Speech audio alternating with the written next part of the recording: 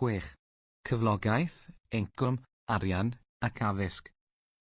Mwyn cyflawni'r uchelgais cyffredinol hirdymor a'r canlyniadau lefel uchel ar gyfer cyflogaeth, incwm ac addysg a ddisgrifir yn adran 4, mae'r bennod hon yn nodi'r canlyniadau rydym yn disgwyl ei gweld dros gyfnod o ddengmlynedd, o ganlyniadu'r camau rhaid i bob un ohonom eu cymryd i sicrhau bod pobl anabl yn cael mwynhau safon byw ddadru gyflogaeth ac incwm teg. Mae addysg, incwm a chyflogaeth yn cynnwys y themau canlynol, cyflogaeth ac incwm ac addysg i blant a phobl ifanc. Cyflogaeth, incwm, arian ac addysg. Canlyniad 1.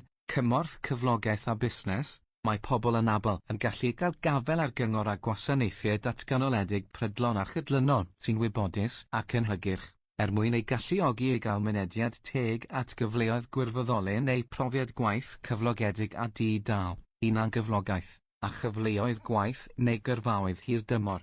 Canlyniad 2. Polisïau ac ymarfer cynhwysol. Mae gan bobl anabl fynediad at arferion recriwtio, cadw a datblygu cynhwysol.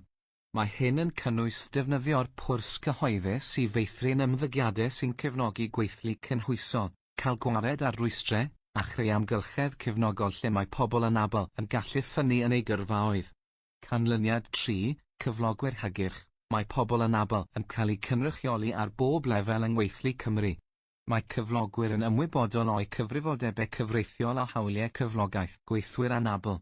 Mae cyflogwyr yn cael eu hannog i fabwysiadu arferion cynhwysol i ddileu rhagfarn a gwahaniaethu yn y gweithle a hybu prosesau recriwtio, cadw a datblygu teg ar gyfer gweithwyr anabl, gan ddeall mae triniaeth wahanol, drwy ddarparu addasiadau rhesymol, yw'r ffordd o sicrhau tegwch o ran canlyniadau cyflogaeth yn aml. Canlyniad 4. Datblygu sgiliau.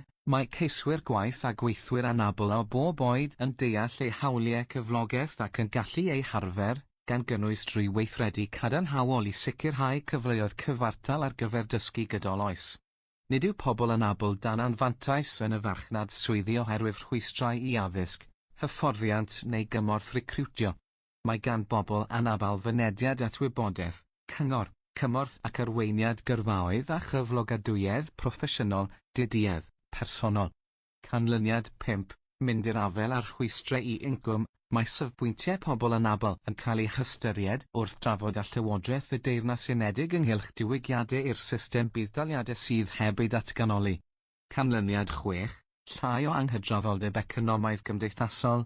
Mae canlyniadau economaidd gymdeithasol pobl anabl yn gwella, a'r anghydraddoldebau yn lleihau, drwy weithredu cadarnhaol a chyflawni'r ddyletswydd economaidd gymdeithasol ar draws y sector cyhoeddus yng Nghymru. Canlyniad 7. Addysg i oedolion a dysgu gydol oes, gan weithio gyda medraff partneriad yn y sector, hyrwyddir manteision dysgu gydol oes a phennu'r targedau i gynyddu cyfranogiad, yn enwedig ymhlith y rhai a dangenrychiolir mewn addysg drydyddol a allai wynebu rhwystrau cymdeithasol, economaidd, diwylliannol neu sefydliadol i ddysgu. Mae'r canlyniadau uchod yn cyd-fynd ag erthygl 27 o gonfensiwn y Cenhedloedd Unedig i'r Hawliau Pobl ag Anableddau, sy'n nodi hawl pobl anabl i fyw'n annibynnol a chymryd rhan yn y gymuned. Rhaid i wledydd gymryd camau i wahardd gwahaniaethu ym mhob mater cyflogaeth a sicrhau amodau gwaith teg a ffafriol, gan gynnwys amddiffyn pobolion rhag aflonyddu ar hawl i gwyno. Dylid cymryd camau hefyd i hybu cyfleoedd cyflogaeth, datblygiad gyrfa a hunan gyflogaeth i bobl anabl, yn ogystal â darparu addasiadau rhesymol yn y gweithle. Mae'r canlyniadau uchod yn cyd-fynd ag erthygl 24 y Confensiwn y Cenhedloedd Unedig ar Hawliau Pobl ag Anableddau sy'n nodi hawl pobl anabl i gael mynediad at addysg drydyddol gyffredinol, hyfforddiant galwedigaethol, addysg oedolion a dysgu gydol oes heb wahaniaethu ac ar sail gyfardal ag eraill. Mae llawer o bobl anabl sydd eisiau gwaith yn methu cael mynediad ato. Mae'r rhwystrau'n cynnwys diffyg gweithleoedd hygyrch a chymorth yn y gwaith, sy'n ei hatal rhag ennill cyflog teg a chael boddhadau swydd. Gweithaf y gofynion cyfreithiol a nodir yn y ddeddf cydraddoldeb, mae llawer o gyflogwyr yn dal i fethu a deall yr addasiadau angenrheidiol sydd ei hangen i gefnogi pobl anabl i gael gwaith. Mae'r hyfforddiant cyflwyniad i niwroamrywiaeth yn y diwydiannau creadigol, gan gwmni incwm media, sy'n cael ei ariannu gan Lywodraeth Cymru drwy Cymru greadigol, yn un o'r rhaglenni rydym yn ei cefnogi sy'n ceisio mynd i'r afel â hyn. Mae hyfforddiant i gyflogwyr ar wneud addasiadau rhesymol i weithwyr niwro wahanol hefyd ar gael gan hyrwyddwyr Cyflogaeth Pobl Anabl Llywodraeth Cymru. Ar gyfer y flwyddyn a ddaeth i ben ym mis Mehefin 2025, y gyfradd cyflogaeth ymysg pobl anabl rhwng 16 a 64 oed yng Nghymru oedd 52%, a'r gyfradd ar gyfer pobl nad ydynt yn anabl yng Nghymru oedd 81%. Hefyd, mae gweithwyr anabl yn aml yn canfod eu hunain mewn swyddau sy'n talu llai. Mae adroddiad Llesiant Cymru 2025 yn dangos y gwahaniaeth cyflog rhwng pobl anabl a phobl heb anabledd yng Nghymru yn 1.19 ceiniog, 8% yn 2024. Mae Cerrig Milltir Cenedlaethol yn gosod y targed hir dymor i ddileu'r bwlch cyflog rhwng y rhywiau, anabledd ac ethnigrwydd erbyn 2050. Ymhlith oedolion o oedran gweithio, mae 27% o unigolion sy'n byw mewn teulu lle mae unigolyn anabl yn byw mewn tlodi incwm cymharol o'i cymharu â 18% o'r rhai mewn teuluoedd lle nad oes neb sy'n ystyried ei hun yn anabl tlodi incwm cymharol.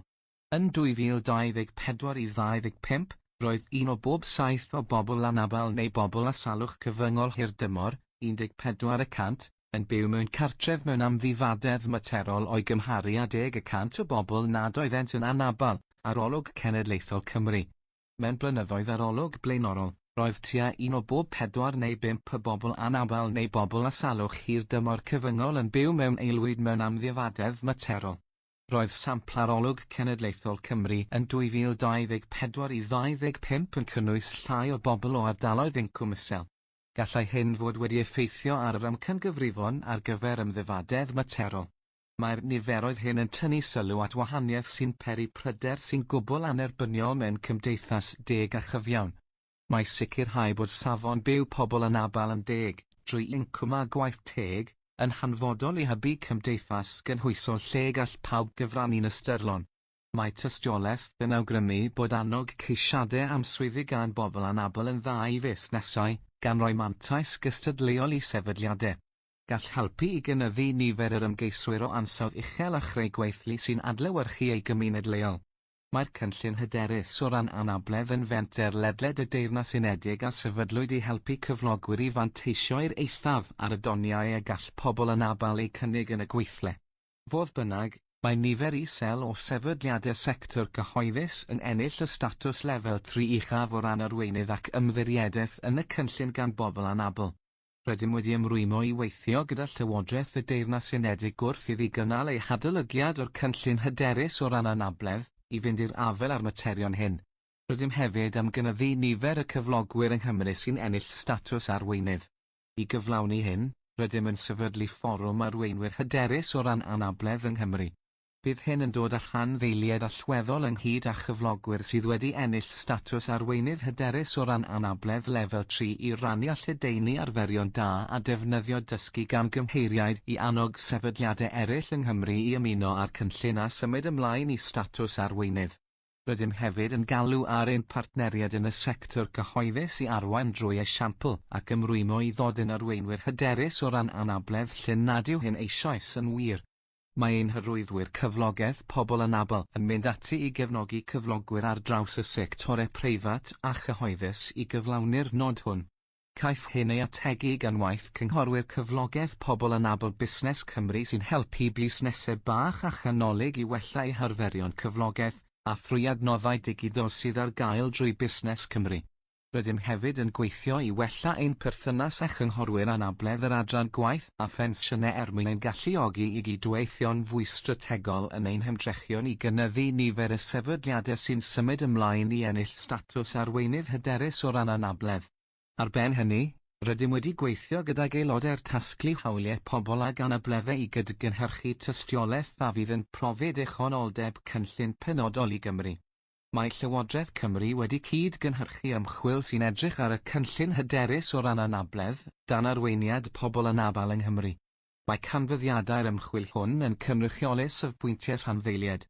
Busnes Cymru yw prif wasanaeth cymorth busnes dwyieithog Llywodraeth Cymru i ficro fusnesau a busnesau bach a chanolig yng Nghymru, gan gynnwys mentrau cymdeithasol a darpar entrepreneuriaid o bob oed.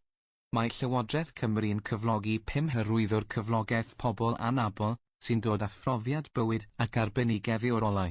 Fel aelodau parhaol o staff, mae'r hyrwyddwyr hyn yn cefnogi'r gwaith o gyflawni uchelgais Llywodraeth Cymru i wella canlyniadau cyflogaeth i bobl anabl sy'n gweithio'n fewnol ac yn allanol.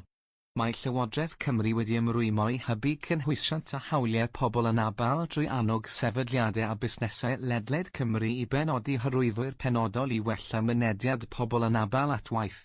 Mae opsiynau gweithio hybryd neu hyblyg yn arbennig o bwysig i lawer o bobl anabl, gall trefniadau gweithio hybryd fod o fydd i gyflogwyr a gweithwyr anabl. Rhaid i drefniadau priodol fod ar gael pan fydd pobl anabl yn cael eu cyflogi mwyn eu helpu i gyflawni eu rolau a'u cyfrifodebau ac i sicrhau bod cyflogwyr yn gweithio o fewn y fframweithiau cyfreithiol. Mae angen cefnogaeth ar gyfer addysg uwch ar ôl ysgol, datblygu sgiliau a phrentisiaethau ar gyfer pobl ifanc anabl ar rhai sy'n hŷn ac sy'n ystyried ail sgilio, gan gefnogi grymuso, annibyniaeth a chydraddoldeb. Drwy gefnogi polisïau ac arferion cynhwysol, gall Cymru osod meincnod ar gyfer creu cymdeithas lle mae pawb yn cael y cyfle i gyflawni eu potensial a chyfrannu mewn ffordd ystyrlon. Mae pobl anabl yn aml yn cael eu hystyried yn bobl sy'n derbyn gwasanaethau fel gofal a chymorth yn oddefol. Mewn gwirionedd, mae pobl anabl yn arweinwyr economaidd, yn entrepreneuriaid ac yn gyflogwyr. Mae economeg gynhwysol, lle mae pobl anabl yn dod â phrofiad uniongyrchol ac arbenigedd yn cefnogi'r economi i sicrhau Cymru fwy ffyniannus. Mae medr yn ariannu'r hwb cyflogadwyedd, sef adnodd ar-lein a ddatblygwyd i helpu myfyrwyr o grwpiau sy'n llai tebygol yn ystadegol o fynd i'r brifysgol i ddod o hyd i'w llwybr gyrfa. Gall helpu dysgwyr anabl i feithrin sgiliau a hyder mewn gyrfa wrth chwilio am waith. Mae gofod myfyrwyr, sy'n cael ei ariannu ar y cyd gan medr, yn cynnig gwybodaeth arbenigol, gwasanaethau cymorth, ac amrywiaeth eang o adnoddau dwyieithog ar-lein sy'n cael ei creu gyda myfyrwyr, i helpu gyda heriau bywyd prifysgol. Mae hyn yn cynnwys adnoddau a chyngor i fyfyrwyr anabl. Addysg i blant a phobl ifanc. Canlyniad 1, mynediad at addysg, bydd y gwaith o ddatblygu polisi addysg ac iechyd yn nodi, yn ystyried ac yn ymateb i anghenion addysgol ac iechyd plant a phobl ifanc anabl. Canlyniad 2, polisi addysg cynhwysol. Mae dysgwyr a staff anabl yn gallu cyfrannu'n ystyrlon at ddatblygu polisi addysg drwy ddull gweithredu sy'n seiliedig ar hawliau, ac yn cael llais yn y gwaith o gynllunio a darparu'r cymorth maen nhw'n ei gael ar draws yr holl sefydliadau addysg, gan gynnwys lle addysg sy'n cael ei darparu gartref. Canlyniad 3, darparwyr addysg cefnogol. Mae gan ddarparwyr addysg yr adnoddau ar ddealltwriaeth angenrheidiol i ymgorffori'r model cymdeithasol o anabledd yn llawn ac i wreiddio hawliau dysgwyr anabl, fel plant a phobl ifanc, ac fel pobl anabl, gan gynnwys drwy recriwtio staff addysgu anabl a darparu hyfforddiant ac offer arbenigol. Canlyniad 4, arolygu, rheoleiddio a chydymffurfio. Mae addysg gynhwysol a hygyrch yn cael ei darparu ar gyfer dysgwyr anabl, gyda threfniadau cadarn ar gyfer rheoleiddio, arolygu a gorfodi wedi'i hategu gan raglen effeithiol o fonitro a gwerthuso sy'n adlewyrchu profiadau dysgwyr anabl, ac sy'n nodi ac yn hybu enghreifftiau o arferion da. Canlyniad 5, lleoliadau addysgol hygyrch. Mae lleoliadau addysgol a sefydliadau academaidd eraill yn hygyrch o rannu dyluniad ac o rannu seilwaith ffisegol a tegol, gan alluogi pobl anabl i ddysgu gyda cyfoedion ac yn eu cymunedau lleol. Canlyniad 6, mynediad at addysg bellach ac uwch. Mae dysgwyr anabl yn profi trosglwyddiad llyfn i addysg bellach neu uwch drwy gynllunio effeithiol ar gyfer pontio, arferion cynhwysol, ac amgylcheddau dysgu cyfnogol. Mae'r canlyniadau uchod yn cyd-fynd ag erthyglau 7 a 24 o gonfensiwn y Cenhedloedd Unedig ar hawliau pobl ag anableddau. Mae erthygl 7 yn nodi'r gofyniad i wledydd gymryd yr holl gamau angenrheidiol i sicrhau bod plant anabl yn mwynhau eu hawliau dynol a'i rhyddid sylfaenol yn llawn yr un fath â phlant eraill. Mae erthygl 24 yn cydnabod hawl pobl anabl i addysg, gan orfodi system gynhwysol ar bob lefel. Rhaid i wledydd sicrhau bod pobl anabl yn cael eu cynnwys mewn addysg gyffredinol, darparu addasiadau rhesymol, a chefnogi dysgu effeithiol. Mae hyn yn cynnwys dysgu breilach iaith arwyddion Prydain i bobl, cyflogi athrawon cymwysedig, a sicrhau mynediad at addysg uwch a dysgu gydol-oes heb wahaniaethu. Mae cynhwysiant mewn lleoliadau prif ffrwd yn annog ymdeimlad o berthyn a chymuned, sy'n hanfodol i lesiant cymdeithasol ac emosiynol pob plentyn a pherson ifanc. Mae addysg plant anabl, ac yn enwedig plant dall, byddar neu ddallfyddar, yn cael ei chyflwyno yn yr ieithoedd adulliau mwyaf priodol o gyfathrebu ar gyfer yr unigolyn, ac mewn amgylcheddau sy'n sicrhau'r datblygiad academaidd a chymdeithasol gorau posibl. Mae cynhwysiant a mynediad i blant anabl yn ystod ei blynyddoedd cynnar a thrwy gydol ei bywyd ysgol yn hanfodol mwyn iddynt gyflawni eu potensial. Mae cynnwys plant y gadael iddynt gymryd rhan yn gynnar yn sicrhau bod plant yn datblygu ymdeimlad cryf o berthyn a hunain werth, sy'n sylfaenol ar gyfer ei datblygiad cyffredinol. Fodd bynnag, mae ei profiadau'n amrywio yn dibynnu ar gaeledd y gefnogaeth briodol a mynediad at brofiadau a chyfleoedd chwarae, dysgu a gofal plentyndod cynnar. Mae mynediad at y mathau cywir o adnoddau a chefnogaeth i blant anabl i gymryd rhan mewn gweithgareddau chwarae ac addysgol yn hanfodol i ddatblygiad plant. Wrth iddynt symud ymlaen drwy'r ysgol, mae cynhwysiant parhaus a mynediad at gyfleoedd addysgol wedi i teilwra yn ei helpu i feithrin sgiliau hanfodol, hyder ac annibyniaeth. Nid yn unig mae'r amgylchedd cefnogol hwn yn gwella eu cyflawniadau academaidd, mae hefyd yn paratoi plant a phobl ifanc ar gyfer dyfodol llwyddiannus a boddhais, gan ei grymuso i gyfrannu'n ystyrlon at gymdeithas. Mae plant a phobl ifanc anabl yn aml yn wynebu heriau ychwanegol y mae'n rhaid iddynt ei goresgyn os ydynt yn dymuno cymryd rhan lawn mewn cymdeithas a byw bywyd ar eu telerau eu hunain. Mae gwella hygyrchedd a chefnogaeth yn hanfodol i sicrhau bod plant a phobl ifanc anabl yn cael y dechrau gorau. Efallai y bydd angen mwy o helpa rai plant a phobl ifanc yn yr ysgol i gyflawni eu potensial llawn. Mae'n bwysig cydnabod nad oes gan bob plentyn a pherson ifanc anabl anghenion dysgu ychwanegol a dir, gallai'r cymorth sydd ei angen fod yn fynediad, gwell i adeilad, neu ardal dawelach yn yr ysgol, enghraifft. Mae rhai rhieni a gyfalwyr yn dweud bod rhai plant a gadia yn parhau i wynebu rhwystrau rhag cael mynediad at addysg. Yn 2024 i 2025, dyfarnwyd gradd y seren i ECI 32% o ddisgyblion ym mlwyddyn 11 ag anghenion dysgu ychwanegol yn eu harholiadau TGAU, i lawr o 34% yn 2023 i 24, canlyniadau arholiadau, lliw, Cymru. O flwyddyn academaidd 2024 i 2025, roedd 3,014 o ddisgyblion yng Nghymru yn cael rhyw fath o addysg heblaw yn yr ysgol EOTAS. Yn 2024 i 2025, yn ôl cyfran, roedd cryn dipyn yn fwy o ddisgyblion a gadia yn cael eu haddysgu'n bennaf y tu allan i'r ysgol na'r boblogaeth gyffredinol o ddisgyblion. Mae Llywodraeth Cymru'n dal wedi ymrwymo i sicrhau bod pob plentyn yn gallu arfer ei hawl i addysg waith beth fo'i wahaniaethau, a chael addysg gynhwysol o ansawdd uchel a'r cyfle i lwyddo. Mae Deddf Cwricwlwm ag Asesu, Cymru 2021, y ddeddf, yn nodi dyletswydd i hybu gwybodaeth a dealltwriaeth o gonfensiynau'r cenhedloedd unedig ar hawliau'r plentyn ac ar hawliau pobl anabl. Rhaid i ysgolion a lleoliadau eraill hybu gwybodaeth a dealltwriaeth fforddau gonfensiwn ymysg y rhai sy'n dysgu ac yn addysgu mewn perthynas â chwricwlwm eu hysgol neu leoliad. Mae Hwb Llywodraeth Cymru'n darparu amrywiaeth o gynnwys ac offer digidol i leoliadau addysg yng Nghymru i gefnogi'r gwaith o draws newid arferion dysgu ac addysgu digidol, gan gynnwys cynllawiau ar y ddau gonfensiwn. Rydym wedi ymrwymo i sicrhau bod rhaglenni hyfforddi'n cael eu darparu i wella canlyniadau i blant a phobl ifanc anabl. Gall plant a gadia sy'n siarad Cymraeg wynebu rhwystrau ychwanegol wrth gael mynediad at addysg. Mae Deddf Anghenion Dysgu Ychwanegol ar Tribiwnlys Addysg, Cymru 2018 yn gosod dyletswydd ar awdurdodau lleol i wella'r ddarpariaeth Gymraeg ar gyfer dysgwyr ag anghenion dysgu ychwanegol ac ar gyfer cynllunio'r gweithlu gyda'r sector anghenion dysgu ychwanegol. Caiff hyn ei fonitro drwy gynlluniau strategol Cymraeg mewn addysg awdurdodau lleol. Mae Llywodraeth Cymru wedi cynhyrchu canllawiau i gefnogi athrawon wrth gynllunio a rhoi cymorth i ddysgwyr sydd ag amhariad ar eu cliw A, neu ar ei golwg, awtistiaeth ac ADHD. Mae rhain yn adeiladu ar yr asesiadau tystiolaeth cyflym sy'n edrych ar effeithiolrwydd ymyriadau addysgol i gefnogi'r dysgwyr hyn.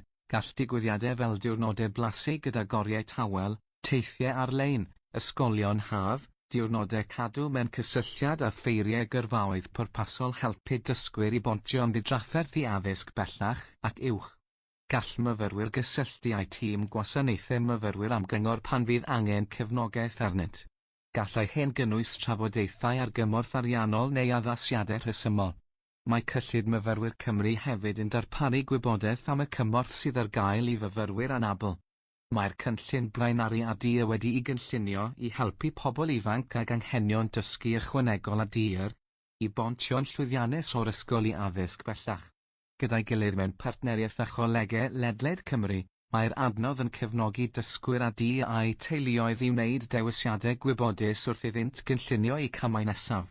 Mae'r wefan wedi cael ei datblygu gan ddefnyddio cyllid grant trawsnewid anghenion dysgu ychwanegol Llywodraeth Cymru a'i chefnogi gan golegau Cymru. Mae'r rhaglen ymestyn yn ehangach sy'n cael ei hariannu gan Medr, yn gydweithrediad rhwng colegau, prifysgolion a phartneriaid addysg eraill. Mae'n cynnig gweithgaredd ehangu mynediad i annog dysgwyr ysgolion a cholegau i ystyried eu dyheadau ar gyfer y dyfodol ac addysg, yn ogystal â meithrin sgiliau academaidd a mentora. Mae'n helpu grwpiau sy'n cael eu tangenrychioli gan gynnwys dysgwyr anabl. Mae'n codi dyheadau a sgiliau addysgol ac yn creu cyfleoedd astudio arloesol a llwybrau dysgu i addysg uwch. Mae gan bob coleg a phrifysgol gynlluniau cydraddoldeb strategol ar waith ac maent yn cydweithio i gyflawni ymrwymiadau gan gynnwys hyrwyddo mynediad cyfartal a chyfle cyfartal.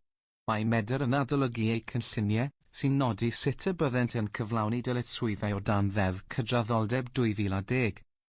Mae Medr yn cynhyrchu amodau rheoleiddio ac ariannu, gan gynnwys amodau ar cyfle cyfartal a lles staff a myfyrwyr, sy'n gosod disgwyliadau ar golegau a phrifysgolion, gan gynnwys ar gefnogi myfyrwyr anabl. Mae plant a phobl ifanc ag anhwylder diffyg canolbwyntio a gorfywiogrwydd ADHD fel arfer yn ei chael i'n anodd canolbwyntio a thalu sylw yn lleoliadau addysgol. Gall hyn arwain at berfformiad a phresenoldeb academaidd gwael, yr angen am ddarpariaeth addysg arbennig mewn rhai achosion, gwaharddiad o'r ysgol, a'i gwneud yn llai tebygol iddynt fynd ymlaen i addysg bellach. Mae Llywodraeth Cymru wedi ymrwymo i gefnogi dysgwyr ag ADHD ac mae wedi cyhoeddi canllawiau yn seiliedig ar asesiad o astudiaethau ymchwil, sydd wedi ystyried effeithiolrwydd dulliau o gefnogi plant a phobl ifanc ag ADHD. Nod y canllaw yw cefnogi ymarferwyr wrth gynllunio a chynnig cymorth amserol ac effeithiol i blant a phobl ifanc ag ADHD. Mae Llywodraeth Cymru am sicrhau bod pob plentyn anabl yn cael y dechrau gorau posibl mewn bywyd. Mae darpariaeth blynyddoedd cynnar cynhwysol yn gosod sylfaenau cryf ar gyfer datblygiad plentyn. Dylai gofal plant i'r blynyddoedd cynnar fod yn gwbl hygyrch i blant anabl. Rydym ni wedi ymrwymo i adolygu sut mae'r rhaglen gyfalaf gofal plant a'r blynyddoedd cynnar yn cefnogi hygyrchedd yr amgylchedd ffesegol ar gyfer gwasanaethau gofal plant a chwarae cofrestredig cynhwysol. Mae un neu ddau o fabanod o bob 1,000 yn cael ei geni gydag amhariad ar y cliw, a allai effeithio ar ddatblygiad eu hiaith a'i lleferydd. Mae sgrinio cliw babanod newydd a anedig yn helpu i ddod o hyd i'r babanod hynny ac yn cynnig cymorth a chefnogaeth o'r dechrau. Os canfyddir bod plentyn yn fyddarnu ag amhariad ar y cliw ar unrhyw oedran, bydd anghenion cyfathrebu ac iaith yn cael ei hystyried ar y cam cynharaf gan awdiolegwyr yng Nghymru. Os canfyddir angen cyfathrebu, yna bydd yn cael ei atgyfeirio at athrawon cymwysedig plant byddai'r therapyddion iaith a lleferydd. Gall y dewisiadau gynnwys iaith lafar, iaith arwyddion Prydain, Saesneg gyda chymorth arwyddion, Macaton neu gyfuniad o iaith lafar ac iaith arwyddion, gan gynnwys dwyieithrwydd, yn dibynnu ar beth sy'n cael ei ystyried orau'r plentyn yn dilyn asesiad a chydweithio rhwng teuluoedd a gweithwyr proffesiynol. Caiff canlyniadau at gyfeiriadau eu monitro yng nghynllun rheoli cleifion unigol yr adran awdioleg. Mae Llywodraeth Cymru hefyd wedi ymrwymo i ddatblygu gwasanaethau hygyrch, ymatebol o ansawdd uchel sy'n canolbwyntio ar y dinesydd ac sy'n bodloni anghenion holl bobl ddallfyddar Cymru. Mae'n hanfodol bod pob baban yn caffael iaith. Dylid rhoi cyfle i rieni a babanod neu plant byddar ddysgu iaith arwyddion Prydain a chael mynediad at fodelau rôl iaith arwyddion Prydain byddar. Mae cymorth asesu cynnar a mynediad at iaith i fabanod a phlant byddar yn hanfodol i'w datblygiad gwybyddol ac ieithyddol. Mae cyfathrebu cadarn ac effeithiol drwy BSL yn cefnogi perthnasoedd iach a chadarnhaol rhwng rieni neu gofalwyr a'u plant. Byddwn yn parhau i weithio i wella'r gwaith o asesu a chefnogi babanod a phlant byddar yn gynnar. Mae Llywodraeth Cymru wedi ymrwymo o hyd i gefnogi iaith arwyddion Prydain ac i hybu defnyddio'r iaith yng Nghymru, a gwybodaeth am yr iaith ac arbenigedd ynddi. Ein bwriad yw dylunio a datblygu polisïau sy'n sicrhau'r effaith gadarnhaol fwyaf i gymuned arwyddion iaith arwyddion Prydain Cymru, gan wneud darpariaethau i hybu a hwyluso defnyddio iaith arwyddion Prydeinau ffurfiau cyffyrddol a chael gwared ar rhwystrau iaith presennol. Mae iaith arwyddion Prydain wedi ei integreiddio yn y cymhwyster sgiliau bywyd newydd, a fydd ar gael ym mhob ysgol o fis Medi 2027 ymlaen. Mae'r newid hwn yn caniatáu ar gyfer dull cynhwysfawr, gan fynd i'r afel ar angen am athrawon cymwysedig a chroesawu gwahaniaethau mewn tafodieithoedd rhanbarthol mewn iaith arwyddion Prydain.